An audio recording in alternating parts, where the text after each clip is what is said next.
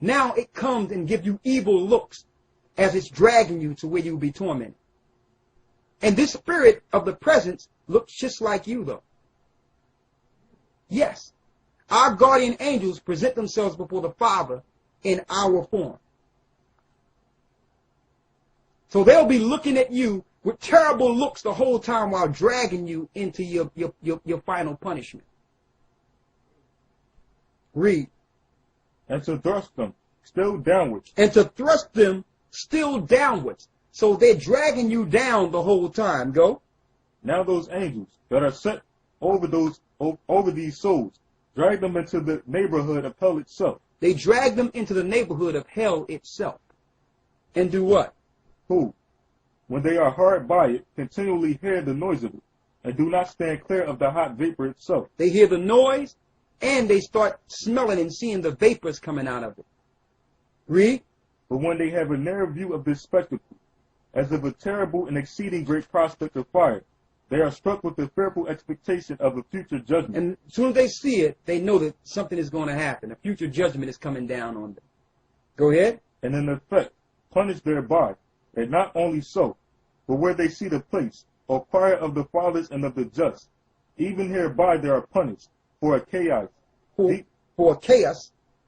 Deep and large is fixed between them. So there's a chasm or a chaos fixed between them. You have the righteous on one side and the unrighteous on the other. Righteous and unrighteous. Read on. Chaos deep and large, and fixed between them, insomuch that a just man that have compassion upon them cannot be omitted, nor can one that is unjust, if he were bold enough to attempt, pass over it. Go ahead. That means either side, the righteous can't help the unrighteous, and the unrighteous cannot get to where the righteous is. But they can see each other. That lets you know that even though the churches teach that in Luke 16 is talking about a parable, it's real.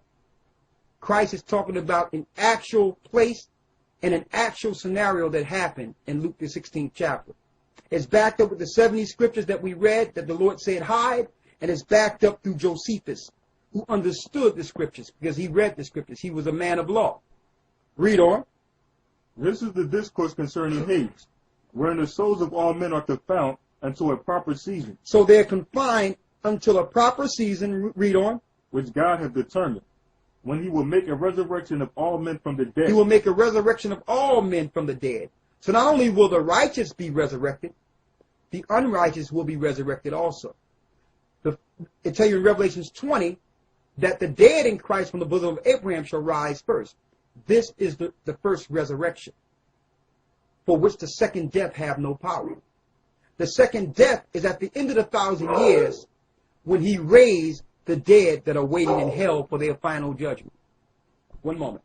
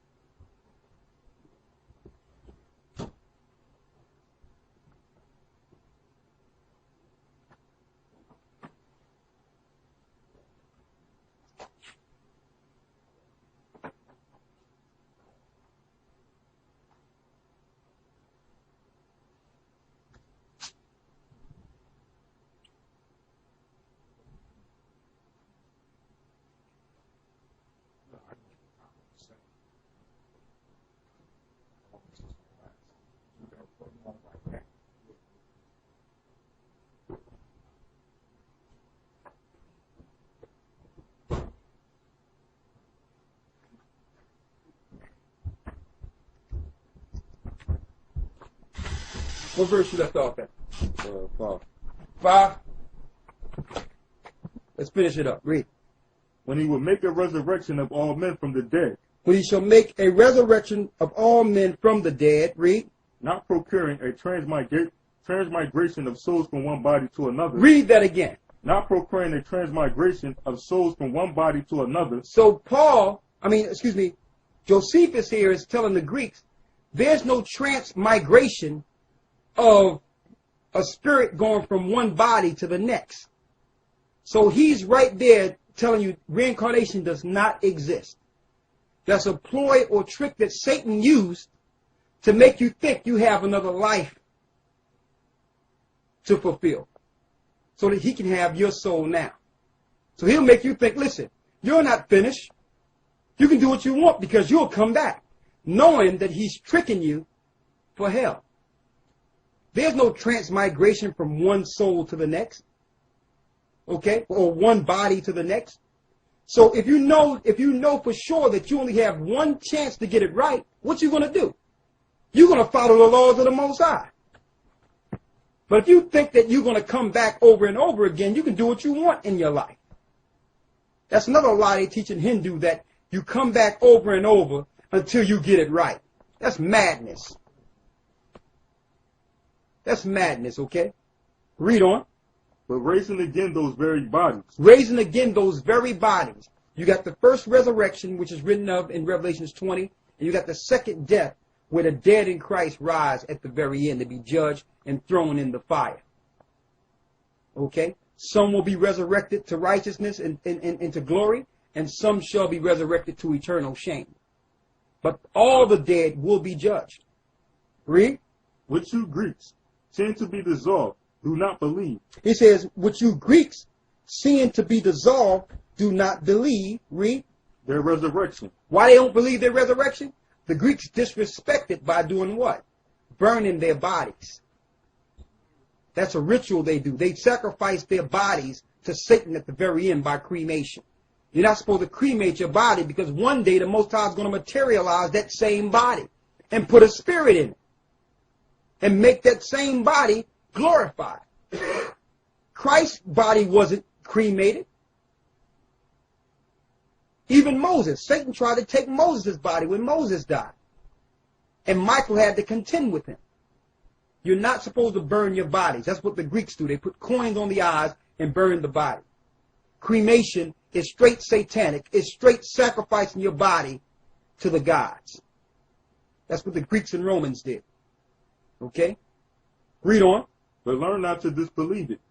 For while you believe that the soul is created, and yet is made immortal by God, according to the doctrine of Plato. So even Plato knew that the spirit was immortal. Read. And this in time, not to be incredulous, but believe that God is able, when he had raised to life that body which was made as a compound of the same elements. So he can take that same body made of the same elements and do what? To make it immortal. He can make them same elements immortal. Okay? And some of these rich guys that get rich, they know that one day the bodies will be what you would call regenerated. So now the rich people, what they do, they store their bodies in some place for present preservation. They preserve their body for a what you would call a future resurrection. No, it's okay. For a future resurrection. These rich guys think that if they store their body in a freezer somewhere, when the Masons and Satan take down the Most High, that Satan going to come and do something to their bodies and bring them back. Huh? Walt Disney, he done froze himself. And you know he's getting whipped down there right now. All the madness and witchcraft and sorcery he was dealing with. Read on.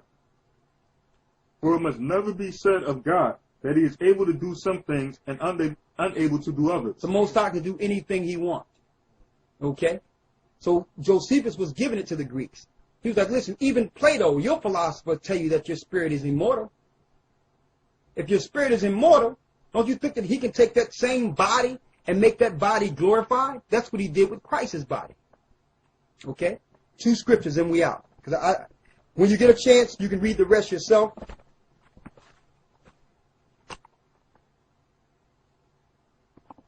I need you to go to Ephesians 4th chapter. Ephesians 4.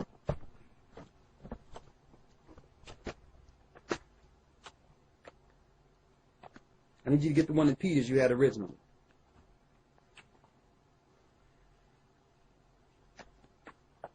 Ephesians 4.